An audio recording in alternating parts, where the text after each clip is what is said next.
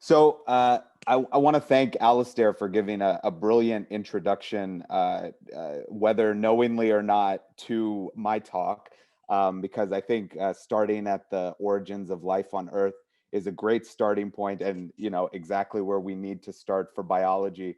But as a physicist, we're going to go a little bit further back to the origins of life in the beginning, right? The Big Bang and the creation of space-time, right? So ultimately, what I'll kind of outline in this talk is not so much technical details, but a vision for where we're going. Alistair gave a great introduction to the history and the foundation, and and Jeffrey and Nina's work in organizing these seminars has given us a great foundation.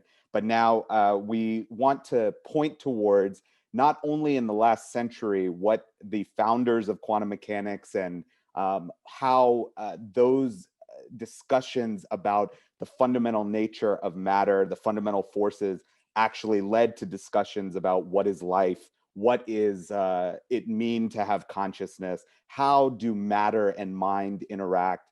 These are some of the fundamental questions that quantum theory brings up. And to Georgia Dunstan's question about the nature of how do our beliefs and our subjectivity fit in to a quantum theory, quantum mechanics certainly brings the essence of the observer into the measurement problem. So part of the talk that I hope you'll get an appreciation of is how our very nature of measurement and self-reference in our measurement becomes essential to understanding the nature of physical reality.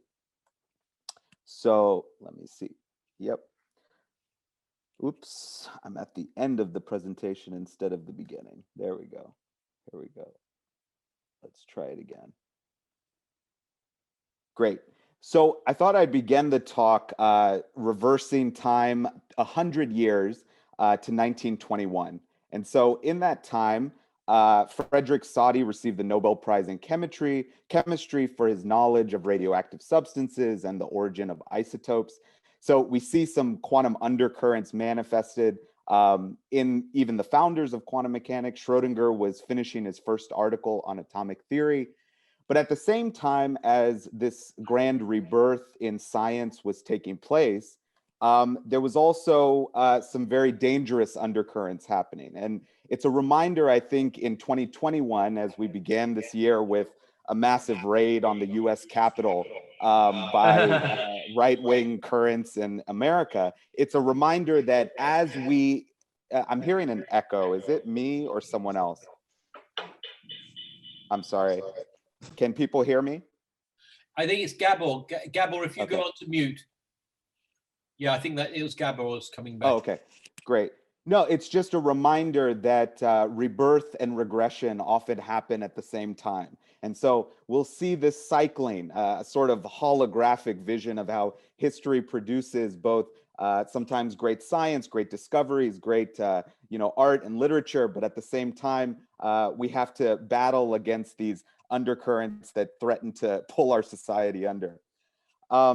So what is life today, right? Schrodinger asked this question in 1944 in his famous text, kind of deriving the nature of the genetic code 10 years before Watson and Crick actually discovered the structure of the double helix. But there's many definitions of life, and each have their own different flavor and personality that give us a sense of life in different contexts.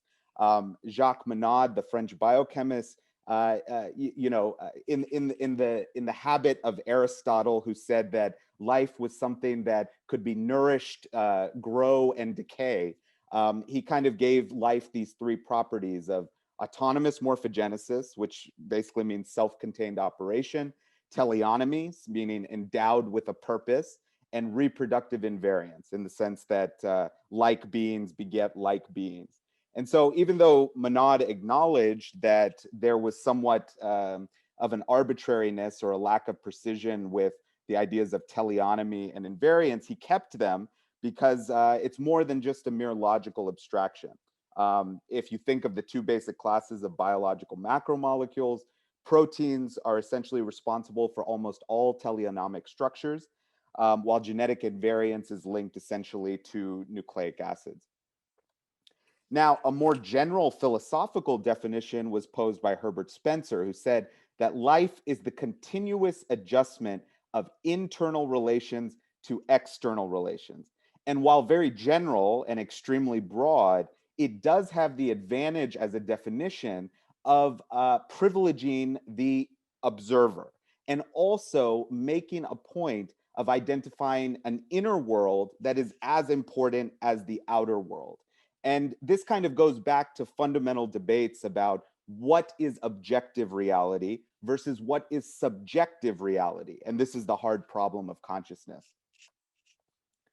J.D. Bernal, a physicist, gave a more technical definition, which in its technicality provides some insight, but also limits then the definition of life to carbon-based life forms, which is useful on Earth, but not necessarily useful for all life in the cosmos. So he said it was a potentially self-perpetuating open system of linked organic reactions, emphasizing the organicity there. But the insertion of the word potentially was made in 1965, particularly to allow for these creatures that you see here, look like little pug dogs, called tardigrades. And these are simple organisms that can actually be dehydrated and then lie dormant for many years and then reconstituted to maintain their active metabolism. So the question was, are they alive? Are they, like viruses, which can be considered living when paired with a cell? Or are they like dormant seeds, which some people would still consider life, though they are not actively reproducing, which also raises the questions of, individuals who choose to be celibate, individuals who can't reproduce, or organisms that can't reproduce, like mules. These are usually considered living systems, even though they don't have reproductive capacity. So Niels Bohr in 1933, I believe, wrote a nice little tract called Light and Life. And one of the essential parts of life, and as we'll see, is the incorporation, use, and maintenance of a light-based order. And this is both in the electromagnetic fields in the cell, but also in the production of biophotonic emissions, ultra-weak photons, and things that are associated with oxidative metabolism. So light and life have been inextricably linked since the beginning of time, and also they've been linked philosophically in people's understandings throughout time about the nature of life and how life can evolve in an electromagnetic cosmos. So I want to start with the EPR criterion of physical reality, because Einstein, Podolsky, and Rosen in 1935 gave a rather restrictive definition of what constitutes all of physical reality. They said, if without in any way disturbing a system, we can predict with certainty the value of a physical quantity, then there exists an element of physical reality corresponding to this physical quantity. So for a number of reasons, Bohr denied the validity of the EPR criterion of reality. And I would as well. I think it is certainly a very restrictive definition, but what highlighted from this definition was a essential nature of non-locality in the quantum mechanical formalism. And this was much to the chagrin of Einstein, but it's something we must wrestle with, the idea that only local perturbations are things which can affect local systems. In fact, the EPR paper in 1935 showed that in principle, you can have things separated by many light years, and you can have quantum degrees of freedom still being able to be connected in Hilbert space and constitute a single entity that a measurement of 1 degree of freedom in one can give you absolute certainty about that degree of freedom in another object separated by light years, seemingly violating Einstein's theory of special relativity. However, I think the definition of physical reality that I'm operating under, and I think Bohr would agree with, is that physical reality is not limited by our ability to predict with certainty. And a consequence of this is that all observable events in our space-time, in physical space-time, are characterized by a certain degree of unknowability that are quantified by Heisenberg's famous relations.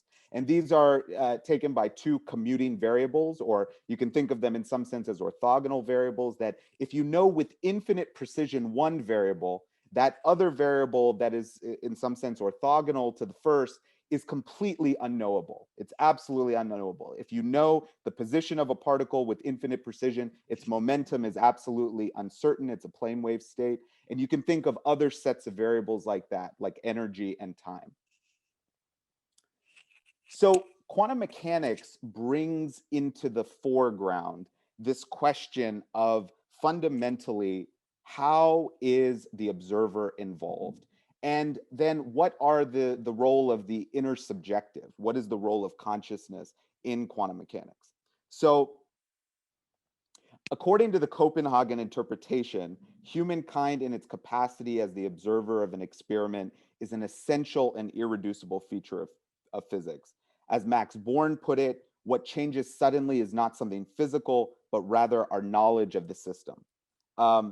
This is important to keep in mind, you know, a rephrasing of Carl Sagan's famous kind of statement that simply because if absence of detection does not imply detection of absence. So in other words, an inability to detect does not in and of itself imply that a thing does not exist. Although the strict empiricist might say, oh, if I cannot measure it, or if I am not able to measure it, then it doesn't exist. But that leads to very many, infinitely many problems with our understanding of, you know, light from stellar sources that are many light years away. Does the light exist before we measure it? Of course it does. Same with gravitational waves from distant black holes. The question of our measurement of something does not restrict its ability to exist in physical reality. Even the observable universe itself, right? We are only able to see within the time scale of the age of our universe. However, if we can go beyond that, there is an unobservable universe that is beyond the reach of our existence and our timeline here in the universe. So it brings into the foreground, back to quantum mechanics, this sense of the dualism of a third person objective empiricism with a first person subjective experience. And that dualism that is often kind of described as, you know, something as the domain of science is strictly empirical versus something subjective dealing with the individual observer is something that quantum mechanics really challenges and brings to the forefront. So one hypothesis that I propose is that two distinct observers that are co-located in space-time with very closely overlapping light cones can experience entirely different subjective realities.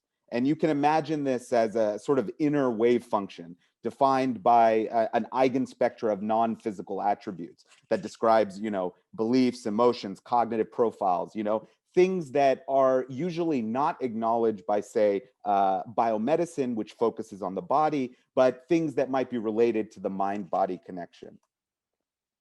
And it's important to remember that when I say subjective, that does not mean untrue. Subjective things can be both true or untrue, just like objective things. If your measuring device is miscalibrated, your objective measuring device will give empirically and consistently wrong data, right? But similarly, there's a fallacy that the strict empiricist principle of what cannot be measured cannot be said to exist. And it's something we should keep in mind.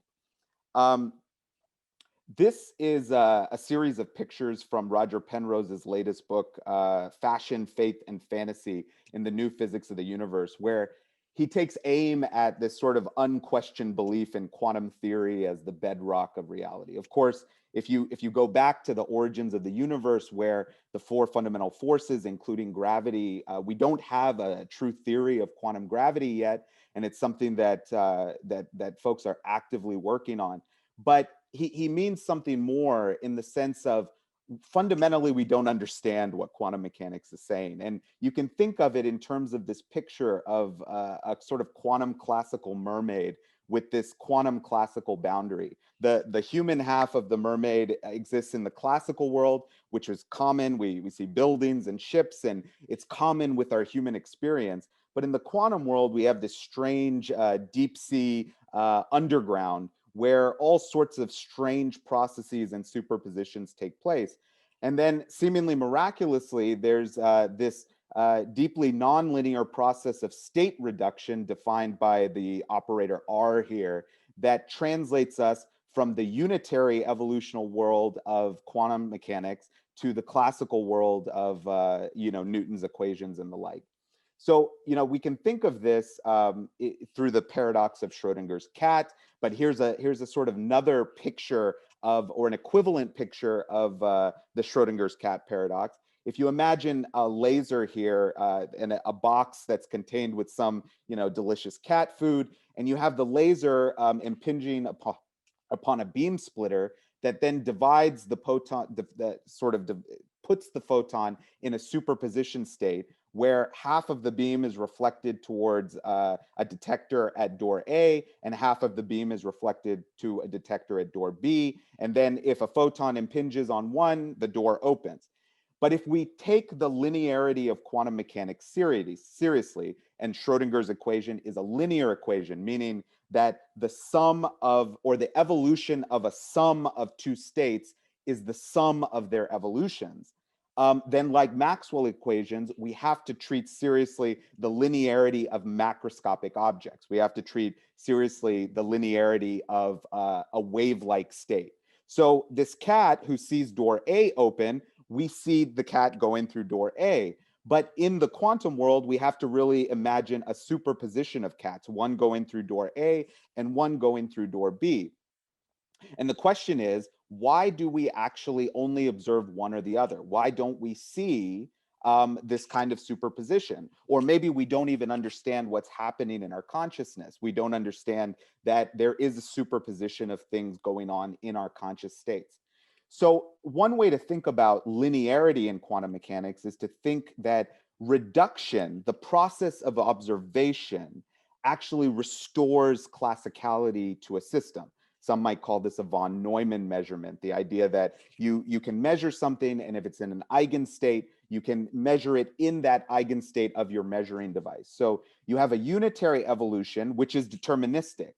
Quantum mechanics has non-indeterminism in it, but there is a deterministic evolution by a unitary operator that is then restored classically by a reduction. And these reduction events will return to again.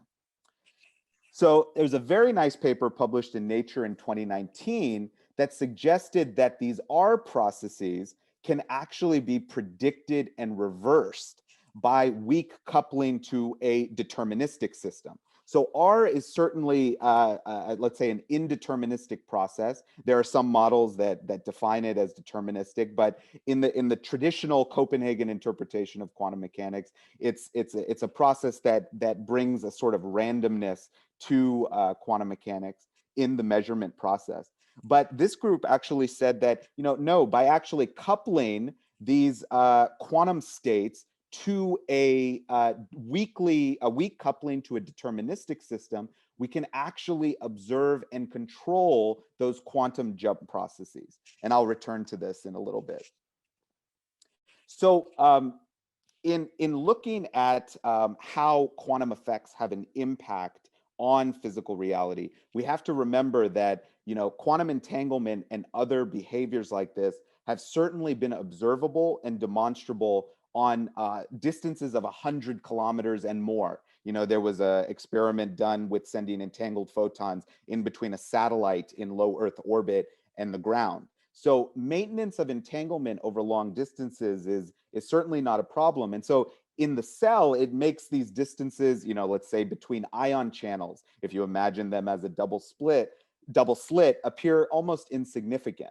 And so we have to be careful, of course, because we have a very hot environment, but this isn't a question that we ask when we think about sending things through the atmosphere. We don't talk about decoherence. We don't talk about these kinds of things, although decoherence is a problem, when you have rain and other atmospheric things involved.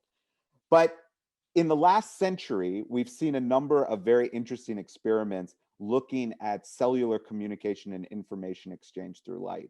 On the right is actually a picture of mitochondria, which I was very pleased to see in Alistair's presentation, this mitochondrial reticula. We don't usually think of mitochondria as forming a network like that, but in fact they do.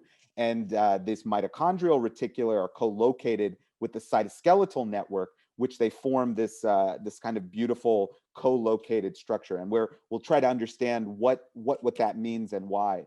So a lot of this field began with a Russian experimenter named Gurwitch, who before the advent of modern photon detectors in the 1920s was doing experiments with onion root cells and using that as a detector and seeing how dividing onion root cells can actually stimulate the division of distant onion root cells or other types of cells. And so this continued with his Russian colleagues as well as the Hungarian British scientist Gabor.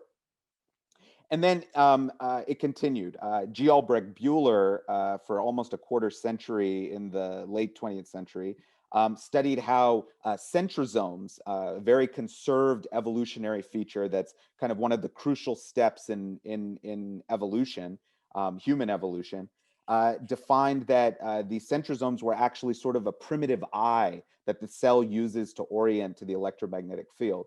Alistair gave a nice definition of Fritz Albert Pop's work and an overview, who kind of looked at these biophoton emissions from DNA and other coherent structures in the cell.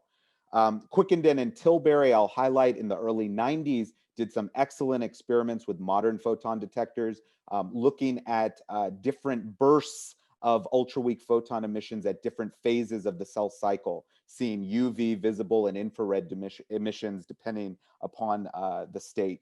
And then more recently, and you'll hear later in the spring series from Mikhail Sifra, among other researchers who have looked at ultra-weak photon emissions in a variety of contexts, including in human clinical studies. I believe that Alistair mentioned Mothersill's use of bystander signaling, but the idea that irradiated cells can produce an effect in non-radiated cells that are receiving biophotonic and non-chemical signals, similar to if they've been irradiated. And this also becomes very important for the wavelengths that may be implicated in the NADH and ATP synthase pathways. And so Daniel Fells has done some very interesting work with paramecia, looking at these experiments similar to Mothersill, but in very controlled situations for non-chemical signaling.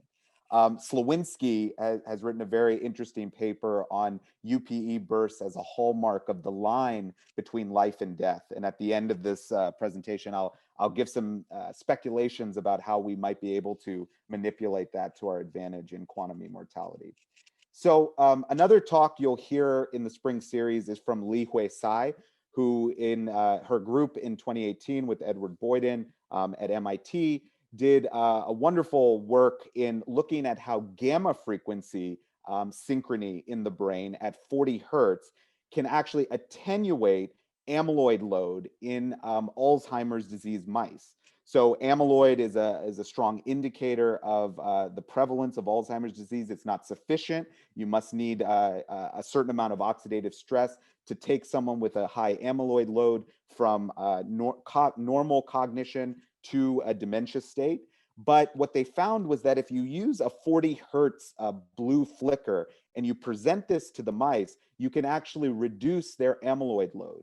So it's interesting that purely based on an external electromagnetic flicker at this particular frequency, not at 30, not at 50 hertz, but at 40 hertz, you sort of have this magic reducing of inflammation, synaptic, like a reversal of synaptic and neuronal loss, and an increase in spatial learning and memory. And they're now in clinical trials. So we're very excited about how do we connect these 12 to 18 orders of magnitude that we see in living systems and in our own brain, from the scale of quantum fluctuations at the attosecond, femtosecond scale, all the way to the brain, which at the scales of EEG has hertz scale vibrations. Can we really define a holy grail for a multi-scale brain? In my group's own work, we've looked at the phenomenon of superradiance in the cytoskeleton, and we're currently actively pursuing that with collaborators Majed Chergui and Luca Cilardo in Mexico. And what we've done is with my postdoc, Nathan Babcock, we've also constructed these beautiful models of cytoskeletal microtubules. And what you're seeing here is actually what's called a superradiant state, which is a collective state of all the tryptophans in a single microtubule of about 1 micron in length. So on the top, you'll see in lateral view and in cross section on the right, this wave function that is projected upon the basis states of all these tryptophans, which are aromatic compounds that absorb strongly in the ultraviolet. And these superradiant states actually are very fast-lived states. They can beat thermal equilibration in that they are picosecond scale states, and they are measured on that time scale. So there's distinct signatures of superradiance, including an emission intensity that is enhanced by a factor of the number of chromophores in your molecule. Now, at the same time, on the bottom, you have with a superradiant state, they compared with a subradiant state. And these subradiant states are actually very long-lived states. They're states that can operate, in this case, in the case of this particular microtubule, on time scales of almost a millisecond, and that's approaching EEG. So what could be the features or the potential implications of having a cytoskeletal network as the basis of conscious processing? Because we see a rudimentary consciousness in cells without a central nervous system. We see it in paramecia, we see it in single cell amoeboid organisms, and we see the possibility that cells could be using a form of distributed computation where you have an internal quantum state that is then reflected by the behaviors of proteins and microtubule associated proteins and other types of trafficking that's going on the surface of the cytoskeleton. So my colleague at the University of Antwerp, Xavier van Ostad, has made great progress in looking at different tubulin mutants and how microtubule associated proteins and post-translational modifications may be impacted by this various forms of ultra-fast light signaling in the cell. Another point to bring out is the connection between our cells and the global universal cosmological structure. These aromatic networks that we see in the cytoskeleton are actually also reflected in the interstellar media. If you look at something called polyaromatic hydrocarbons, these are spectral fingerprints that are observed seemingly everywhere in the interstellar media. And they go back as far in time as to the origins of life on Earth and maybe even before. And so these so-called astropods become highly excited after absorbing UV radiation, and they're emitted by the stars, and then they cool through vibrational emission. They cool, and then they, kind of like a Stokes shift in biology, they then emit in the IR. So it's very interesting that you see this connection between the universe as well as within our own minds. So later in the spring series, Masashi Iono, from whom I received this slide, will be talking to us about a sort of neural network computer on the plasmodium, a single cell amoeboid organism that he has developed a very interesting proposal for, and an instantiated system to solve the traveling salesman problem, which if you know anything about this, this is a problem that can only be solved by essentially by a quantum computer for exceedingly large systems, because as the system size scales with n, you have an exponential growth in the amount of time required for a solution. But amazingly, this amoeboid computer is able to solve the problem in linear time. So as the system size increases from 2 to 8 in the traveling salesman problem, the amount of time required to solve the problem is still linear. So we look forward to that later on in the series. So as Alistair mentioned, how much time do I have, Nina? 10 minutes. 10 minutes, great. So I'll just briefly mention the importance of water and the idea of the anthropic nature of life on Earth. So I want to highlight that life and living systems are characterized by non-equilibrium pumping in dissipative environments, which is the hallmark of maintaining biological order and self-organization. There is a paradox in physics called the Poincare-Zermelo recurrence paradox. And this arose in physics as a consequence of trying to derive essentially statistical mechanics from Newtonian physics. And in 1890, Poincare showed that for almost all initial states, any Newtonian mechanical system with a finite number of degrees of freedom and finite total and kinetic energy with a kind of finite spatial region must necessarily return arbitrarily closely and infinitely often to almost every previous state of the system. So this kind of contradicted with kind of the unidirectional heat death that was proposed at the time for the universe that was given by the second law of thermodynamics. In the 1960s, Enrico Fermi and colleagues, Pasta, Ulam, and Singu, formulated another recurrence theorem that violated the expectation of thermalization. In other words, that you would expect all the different modes of a system, vibrational or otherwise, to be equally partitioned in energy by the equipartition theorem and by the presumption of ergodicity. In other words, that all the accessible microstates of a system in an ergodic system are accessed. But in fact, this wasn't what happens, particularly if you include nonlinearities in the system, which is precisely what biology and other complex systems have. So deviations from ergodicity are something that are characteristic of biological systems. And this has been shown by Marco Pettini's group in a very dramatic demonstration of a Froelich condensate or a Froelich-like condensate in the phonon condensation of a system that is pumped by photons. So if you take a protein and you pump it with, let's say, at its absorption maximum for a particular fluorophore, it's able to then convert this energy into a particular far from equilibrium phonon state that then can stimulate other behaviors at long range in the cell. Christine Jacobs Wagner group has shown that the cytoplasm, in fact, can be pumped far from thermal equilibrium, and it goes from having in active and dormant states to being more fluidized in active states. So the ergodicity, the ability for a state, for a cell to occupy different states is changed by the metabolic processes that are going on. And these are key kind of experiments that will be important as we understand biology more fully and richly.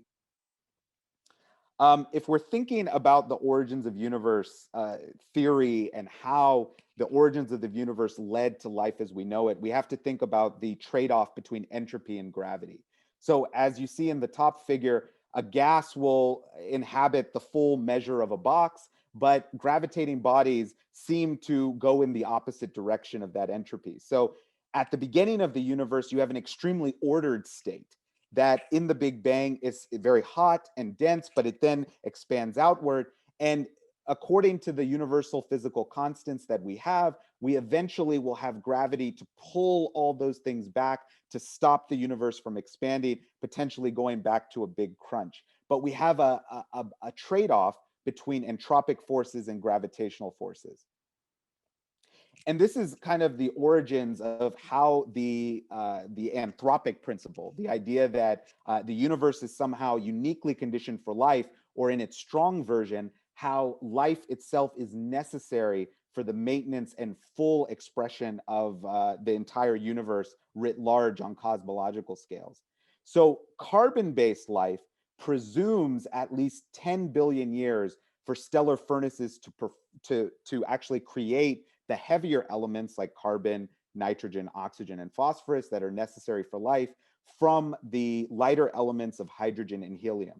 So there's sort of a universal time limit on what would be required in order for organisms like us, carbon-based life, to actually observe the universe. So it is no coincidence, given the physical constants that we know, and this is the weak anthropic principle, that 10 billion light years would be needed to produce this universe that we can observe as carbon-based life. This, however, does not limit or restrict the size of the universe for non-carbon-based life forms, which could have happened much sooner in other parts of the universe. Now, the strong anthropic principle, as I mentioned, is that as intelligent beings, we will play an essential role in life's existence in the distant future. So water, everyone knows, is very important to life on Earth. Its anomalous melting and boiling points are characterized by strong hydrogen bonds. If you think about it, the expansion of water upon freezing is essential for life. If ice were not less dense than water, it would all sink to the bottom. We'd eventually end up with frozen oceans. We would have no protection for marine life that are prevented from further cooling by ice. And so this high specific heat of water also serves to stabilize environmental temperature on land. I won't go into detail, but I will say that in 2018, this was 30 years after some seminal work by Giuseppe Vitiello, Emilio Del Giudice, and others in the Italian School of Quantum Field Theory, who were looking at how water in biological systems could produce ordered structures, and how long-range order can be developed from microscopic dipole interactions. And so we've since developed that work in 2018, looking at how water in the cell can be ordered. And Marco Pettini's work has built on this, looking at terahertz experiments and how these phonon condensates can form at several microns in the cell, at distances that can stimulate interactions between dipoles, strong dipoles that are enhanced by water ordering around proteins that can then stimulate long-range interactions in the cell. So when folks say that these water layers are only a few nanometers, that may be true electrostatically, but electrodynamically, things are a bit more complex than they seem. So I'll conclude with talking a little bit about quantum immortality. I may not get to everything that I'd like to say, but just to say that this is actively being pursued by several foundations and researchers in Silicon Valley and otherwise. But the science of immortality has a long history, from dualistic conceptions of an immaterial soul to the idea that there's no self at all, to a symbolic definition of mortality and in the work and the love and the human relationships that you form while here on Earth. And of course, we'll return to the cat paradox. And in Hugh Everett's many worlds interpretation of these binary quantum transition events, we can imagine a superposed quantum cat that when the Geiger counter emits a single radioactive particle that then releases the poison to kill the cat, we can either have the release or we have not. So if we assume a probability, a binary probability of 1/2, we can assume a quantum immortal state as the state as n approaches infinity for the cat to remain alive. Because as the cat remains alive, as you have these probability events, and the number of triggers approaches affinity, you can imagine a surviving cat state in one unique world, which raises the question of eternal life in another universe, a realm, or a space. And so something to keep in mind in this many worlds interpretation is that we have these kinds of states available to us and accessible to us, but it raises significant questions in epistemology, in our understanding of what actually is the cat state and what is the biophotonic state, the cat's dual image that is formed from the sum of all the biophotonic interactions within the cat. So one question that has been posed in addition to Schrodinger's cat was Wigner's friend paradox. So you have the idea of the cat, but then you can also punt the question of the observer, not just from a single human observer, but imagine a human observing the cat. So you then can imagine that you go into some form of infinite regression where you have a superposed state of not only the cat, but you have a dead cat with a human observing the dead cat and a live cat with a human observing the live cat. And this goes on. And so this actually produced two different paradoxes by Wigner and then Everett, who extended this to its logical conclusion. And there's 5 ways out of this quandary. I mean, we can resort to solipsism, which is not really satisfying to the scientist, but the one that was postulated by Wigner, von Neumann, and London and Bauer was actually number 2, that the intersubjective collapses psi. 3 and 4 have not been given as much attention because London and Bauer attempted to truncate that infinite sequence of observers by emphasizing the immanent knowledge of self-introspection. So that raises a whole number of questions about how do we have this immanent knowledge of self-introspection.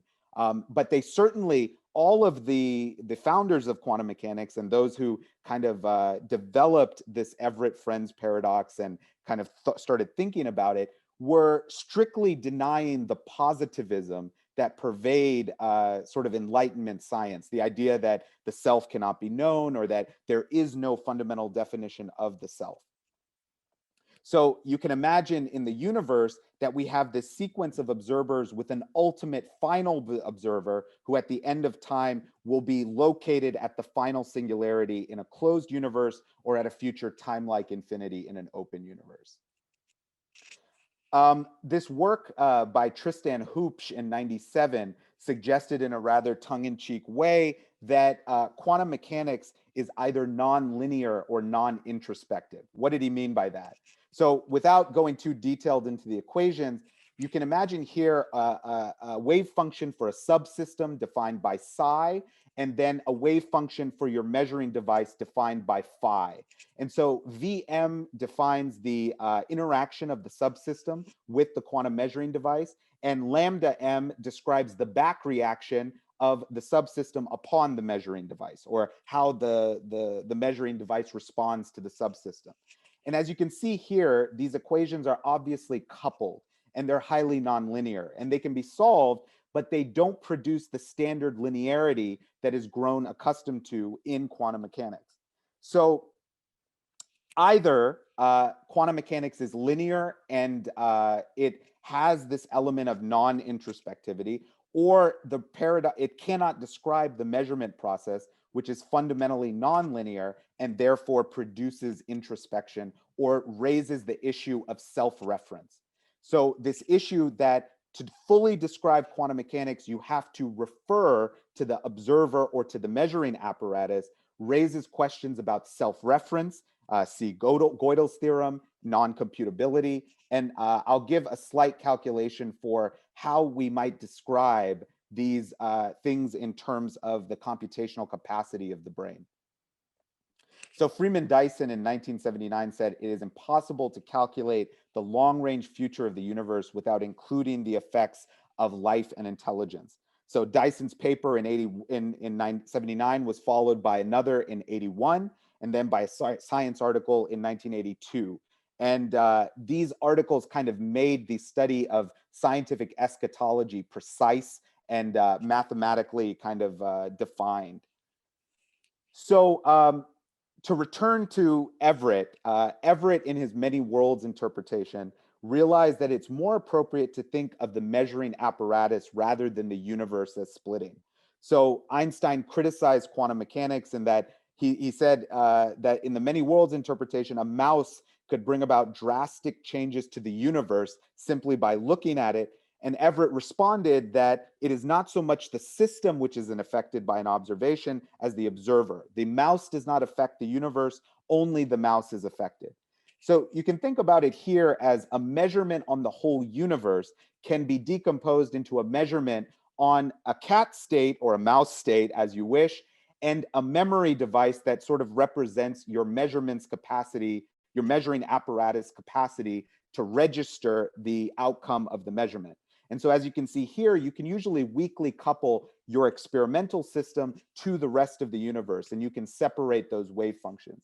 So that's not so much a problem in terms of the splitting of universes, but it does suggest in this Penrose diagram here that one part that we will eventually see at the end of time is something that has been called the omega point, where this is well beyond the time scale of the Earth being destroyed on the time scale of billions of years, but the idea that the universe will reach an era of maximum expansion, And then life, intelligent life will eventually engulf the entire universe at a point that eventually will be reached where all light cones can then be simultaneously communicative from all past, all present, and all future. And this is what is known as the omega point.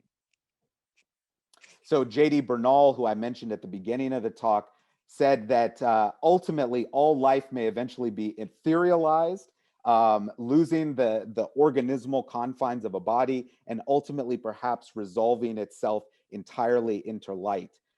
Soren Kierkegaard said that the future means more than the present and the past, because the future is in a sense the whole of which the past is a part, and the future can in a sense mean the whole. So this is in some sense a recapitulation of the speculative cosmology that J.D. Bernal suggested and that Barrow and Tipler had suggested. And so it really suggests that even if we are able to lose the confines of our body and informatize our consciousness, there's still an end time that we will eventually see toward and will be reinvigorated into the light, so to speak. So if you are worried about the informatization of consciousness, here's a quick calculation to confirm the uniqueness of human consciousness in our understanding of biology. So we can put a lower computational bound on the human brain at about 10 to the 14th operations per second if you look at single neurons. But the idea that is commonly bandied about, that human beings are simply the sum total of a series of biochemical processes, is certainly a fallacy, because to be generous, it would be an infinitely recursive and self-referential series. So it's not only possible to just say, okay, I've got 1, 2, 3, 4. You've got an entire biofeedback loop, which is biofeedbacking at every stage along that process. So we are enormously complex creatures. How complex? Well, let's look. If we just look at tubulin, for example, we increase the computational capacity by 10 orders of magnitude. If we add atoms as the basic computational unit, which in a sort of many-body dispersion or quantum field theory approach, we could really use atoms as the basic computational unit, we increase that by another factor of 10. And so this is beyond all high-performance exascale computing speeds by at least a factor of 10 to the 16th. And if you think of those using hundreds of megawatts of energy, it's energetically infeasible for the brain to be a classical computer, because it would have more than the energy of a nuclear power plant to do this kind of processing speed and capabilities. So I'll end with this idea of the quantum soul, which many people have recognized the multi-scale hierarchy in the brain. The fact that we are going from the quantum scale to looking at this mesoscale interactions of oxidative stress and how light interacts with water and brain matter to produce conscious processing. But then how can we move towards macro scale measurements at the clinical scale? And finally, just to give us a sense that science in its beautiful reductionism has done some amazing work to identify the parts of our reality. And that is the essence and the truth of empiricist science, and particularly of quantum theory in the 20th century and its associated experiments. But we must remember that the root of the word science doesn't just come from to know, right? But it also is related to the root of the word schizo, so schizophrenia. So if we take science philosophically to its logical extent, we have a schizophrenia in our understanding, where there is no self, where everything is deterministic, and where one view dominates only at an atomistic level. What I propose is a much more holistic understanding of reality, consistent with Hermann Weyl's, which is more teleological, which is interconnected, which emphasizes complexity, context, and the environment, and goes, instead of looking at just information, which is replicated faster than Moore's law nowadays, which goes, instead of emphasizing the information, emphasizes the formation of knowledge and wisdom from the information deluge. So let's reverse those ratios. Let's find a way to increase the generation of knowledge and wisdom at the expense of just more information. So that's my concluding message, and I wouldn't be able to do any of this work without the efforts of my collaborators across the globe, and of course with support from the Guy Foundation and others. So thank you very much for your time. I apologize for going over, but I hope that I was able to make do with such an ambitious title. Philip, thank you very much indeed. Can you stop sharing and